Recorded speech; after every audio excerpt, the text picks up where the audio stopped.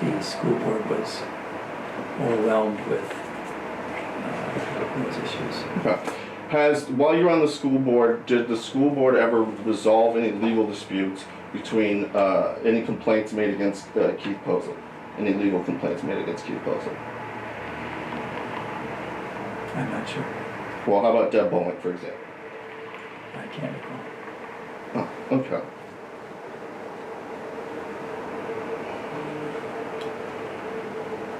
Now, do you know who Calvin Ferman is? I'm not sure. Okay, do you believe he was ever the deputy superintendent at Milwaukee Public Schools? Yeah, okay. That rings a bell, yeah. Okay, and was he deputy superintendent while you were on the board? I'm not sure. Okay. And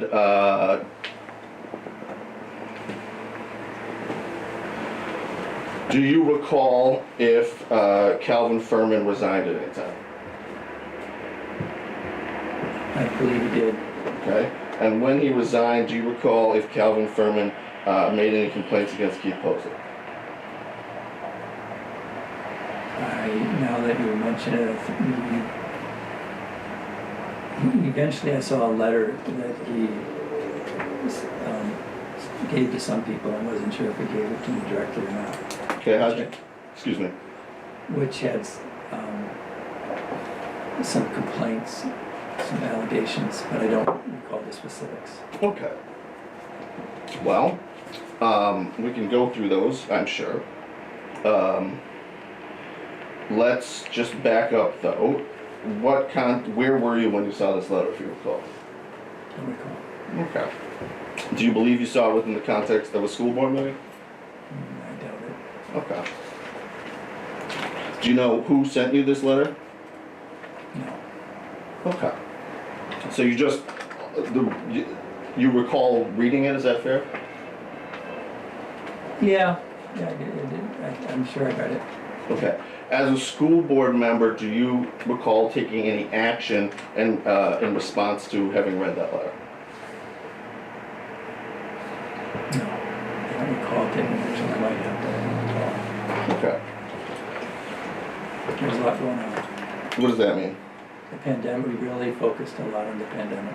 Okay. Now, who do you believe the subject of that letter that Calvin Ferman wrote was? The subject. Right. Was, I think it was, he had complaints about the superintendent. Okay. Keith Posey, right? Correct. Okay. And some of those complaints were about Keith Posey's inappropriate relationship with Marla Brunette, right?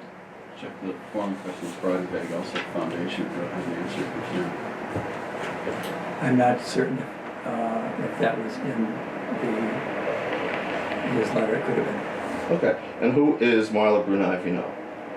She has worked it for MPS as an administrator. Okay. Is she still working there now, if you know? I'm not sure. Okay. Have you ever voted for her to work at MPS? I can't recall. Okay. Now, did Calvin Ferman make any complaints about Keith Posey directly, without as opposed to Keith Posey's relationship to Marla Brunei? Now we're talking about Keith Posey's management style itself. Did Calvin Ferman make any complaints about that? I'm sorry, just going to check the form of questions, broad, vague, compound. Do you understand? Go ahead and answer. I can't recall. Oh, okay. And I just to help me understand here, this is the deputy superintendent making complaints about the superintendent, right? I'm not sure if the complaint was made when he was deputy or after he left. Sure, okay. This is the person who had the position of deputy superintendent making complaints about the superintendent, fair? I believe so. And you don't recall anything about those complaints, right?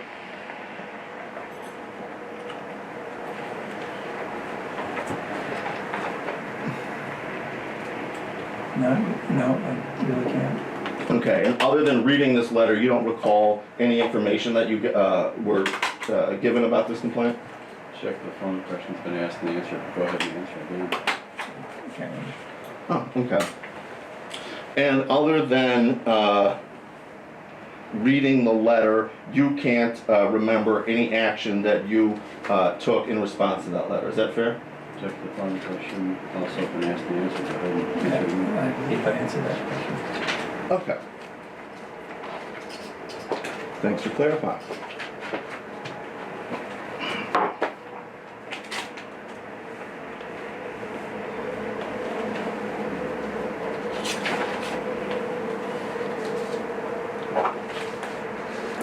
Now, other than Calvin Ferman, now we've had a chance to discuss him, do you recall any other whistleblowers against Keith Posley? I'm not sure that Calvin was a whistleblower, but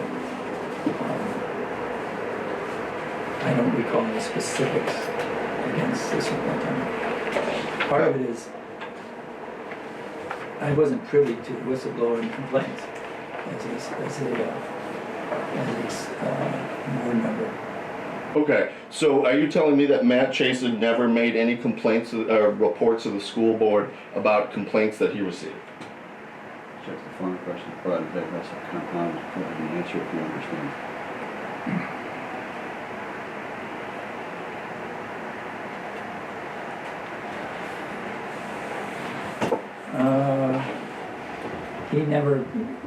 Matt Chason never presented anything at a public school board meeting about a complaint against the superintendent.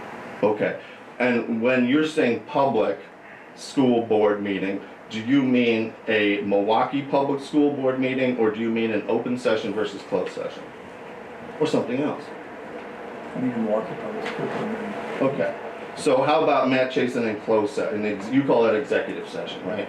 Do you recall him ever making a report to you in executive session about any complaints about Keith Posley?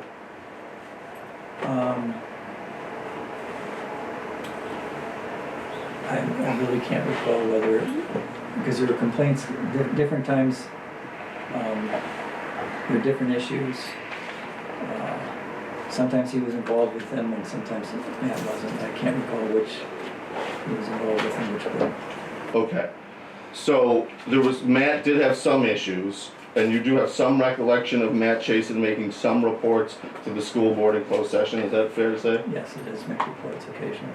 Okay. Usually he's vague about what he's investigating, and so it doesn't pop back into my memory very clearly. I understand. Let's see if this helps. Do you recall on, I believe it was January 6th of, I believe, 2020, meeting with Matt Chason to discuss Debbie Keefer? Don't recall that name. Okay. Right, because as I understand, do you recall ever talking to Matt Chason about Debbie Keefer? I probably did. Okay. I'm not sure. I can't recall any specific conversation.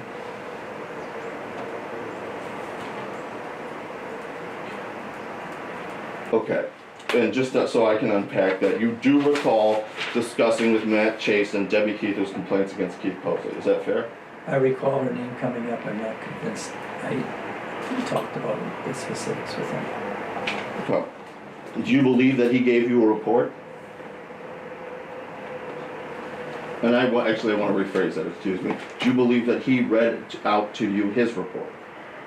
Following question, brought in vague as to what the subject of the report was. But go ahead and answer it. I mean, he gave, at different times at different meetings, he stated some things, but he was very vague about most of his whistleblower complaints that he received, and so he's probably gave some general reports, but nothing that specific that I can remember. Okay. So if Matt Chason testified in the chair that you're sitting in now, that he read his report to you the day after that the closed session board meeting, because you weren't at that board meeting, would you agree with him or disagree with him? Check the following question, brought in vague. Also lacks foundation, calls for speculation. Go ahead and answer if you can. Yeah, I don't know. Okay, what don't you know? Repeat your question.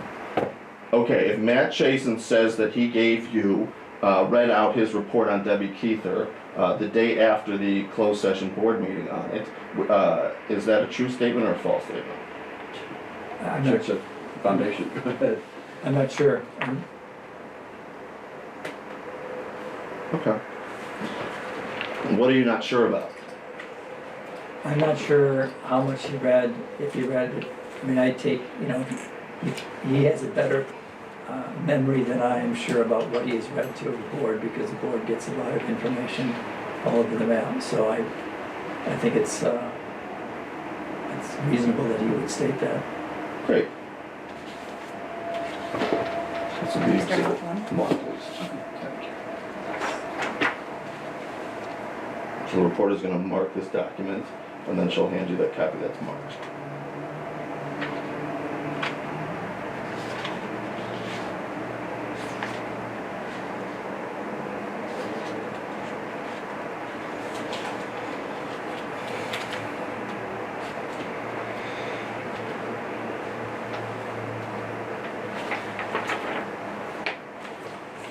Take a look at it.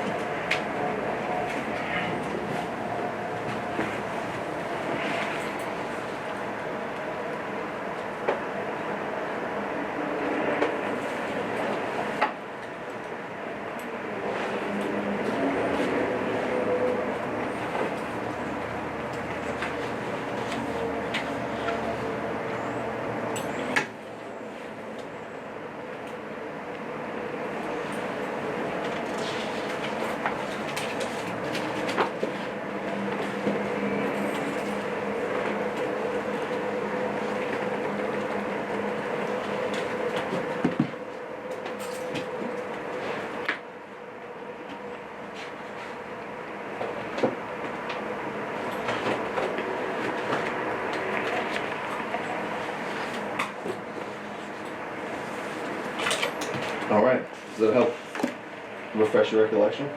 Check the foundation. Let me ask him if he's familiar with the documents to begin with. Sure. Thanks for that criticism, Chris. No, it's foundation objection. Huh. The reason that confused me is because instead of saying objection foundation, you said you, and then you had some further statements on that, so that seemed to be addressed to me. That was not the court, for example, so that's how I might have misconstrued that. So, but you've had a chance to review this document, have you not, Bob? Briefly, I mean, Okay. there's a lot here. There is a lot there. So, it's my understanding that this document, again, is the notes from Matt Chason's, what he read out to the board. Is that your recollection? Check the foundation call for speculation by the I don't recall whether it's the notes that he read to the board or his personal notes. I take him at his word. If he said he read it, then he probably read it. Okay. And do you believe hearing Matt Chason discuss or read out these topics to you? Quite frankly, I can't imagine him giving us a report this long. I mean, he was very brief in what he generally talked to the board about. So I think some of this he must have, but I can't imagine that he read the whole thing to us. Okay. So one of the issues, in my general understanding of what this document is there's two parts to this complaint. These are complaints by Dr. Keither against A, Jeremiah Holliday, and then B, Keith Posley. Okay, do you know who Jeremiah Holliday is? Yes, he did. Okay, who is Jeremiah Holliday? He's an employee for in MPS. I think he's a supervisor. He's I don't know his exact position right now. He had been a chief, is that fair? I think so. But he wasn't a chief when you left, right? I'm not sure he was a chief when I came in, but I'm not sure. I mean, I think he changed his position was changed at different times. Right. And do you know why his position was changed at different times? I'm not privy to that. I assume it's because of it could be because of some of the issues raised here. But I never heard somebody saying or administration saying we're doing this because of that. Okay. I appreciate that clarification. Do you recall as a board member getting a list of anonymous complaints against Dr. Holliday? Yes. Okay. How did those complaints come to you? Actually, it was through the MTA, What is the MTEA? Milwaukee Teachers Education Association. Okay. Is that a union of some kind? Yes. Okay. Are you a member of that union? I'm a retired member. Okay, so it's fair to say you were a member while you were a teacher? Yes. Were you also a member while you were a school board No. member? No. Okay. When was the last time that you were a member of the MTEA? 2015. Okay. Did you maintain any connections with the MTEA after that point? Very few. Okay. Like, give us some examples. I occasionally talk to some of the leadership, but they generally didn't seem to like to talk to me, so, you know, they get on the school board, there's sort of a labor management differences sometimes. Sometimes. Okay. Sometimes, yeah. I got it. So, it's fair to say, and who was the president of the MTA while you were on the school board, if you know? One was Kim Schrader and then Amy Nizialko. Okay. And do you know how, if either one of those gave you these, sorry, let me just back that up. Do you know how the MTEA gave you these anonymous complaints against Dr. Holliday? Actually, I don't. I think somebody, it wasn't, I can't remember.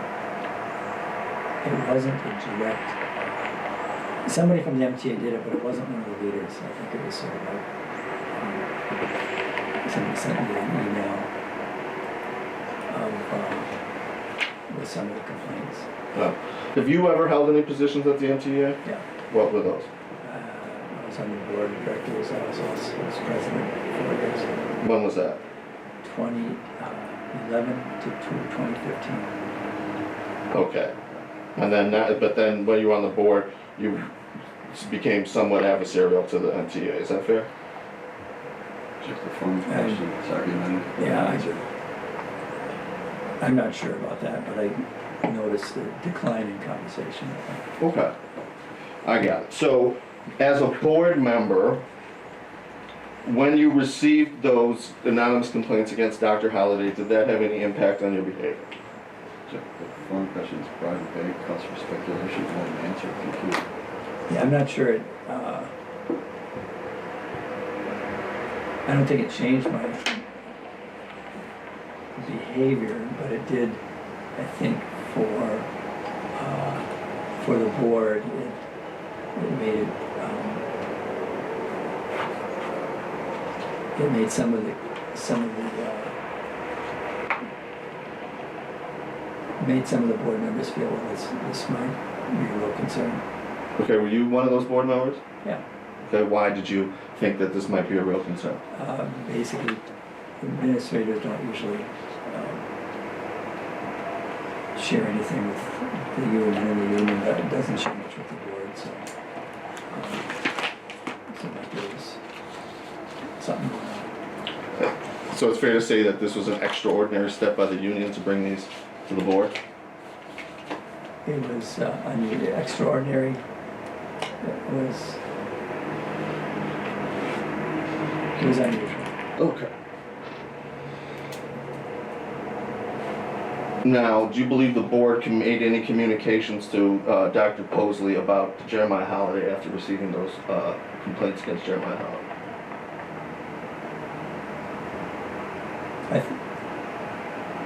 I think the board and the superintendent talked some about complaints, yes. Okay. And this is part of another theme I want to get into here. When we're talking about the board, I want to be clear, is the entire board talking with the superintendent? This would be a closed session, that would have been, yeah. Okay. Now, and I'm going to make the distinction, when you're a board member, did you ever have any direct conversations with the superintendent? We talked a lot about the pandemic. Okay. So is that a yes? Yes, I talked a lot about the pandemic. Okay. And how we should respond. Okay. Did you ever have any other conversations with the superintendent with another board member present? I'm sure I did. Fourth questions, broad and vague, go ahead and answer, sorry. Yeah, I mean, I assume I did. Oftentimes board members meet, actually there's, the board meets, two board members meets with the superintendent. It's a common feature when he wants to provide some information about a budget or bounce ideas off of people. Okay. Where do those meetings take place? It's at the central services. Okay. Central, in my day we call it central office, is that the same thing? Okay, so two board members meeting with the superintendent at central office is a regular occurrence, is that fair? Regular, I'd say, happens maybe once every couple months. Okay, how about three board members and the superintendent? Rare. Okay, does it happen? I don't recall it happening. Okay, did you and Larry Miller ever meet with Keith Posley?